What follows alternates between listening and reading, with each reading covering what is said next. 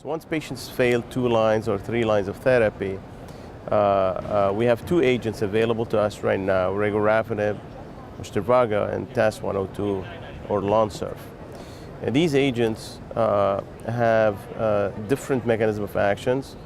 Regorafenib is a multi-kinase inhibitor. It targets VEGF and other targets. TAS-102, on the other hand, is a traditional cytotoxic agent, although and it belongs to that superfamily of fluoropyrimidines, although it acts and works differently than 5-FU.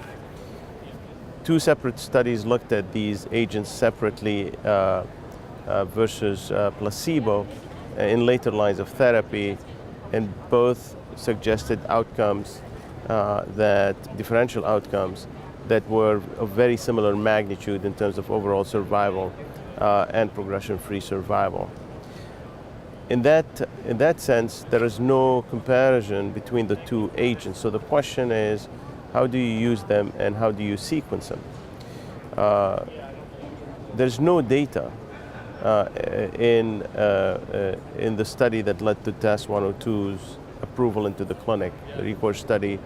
There is data that suggests that about 17-20% of the patients received prior regorafenib and then continued on TAS-102, and they seem to derive the same benefit. Unfortunately, on the correct trial, which led to the approval of regorafenib, we don't have TAS-102 prior, obviously because TAS-102 wasn't approved then.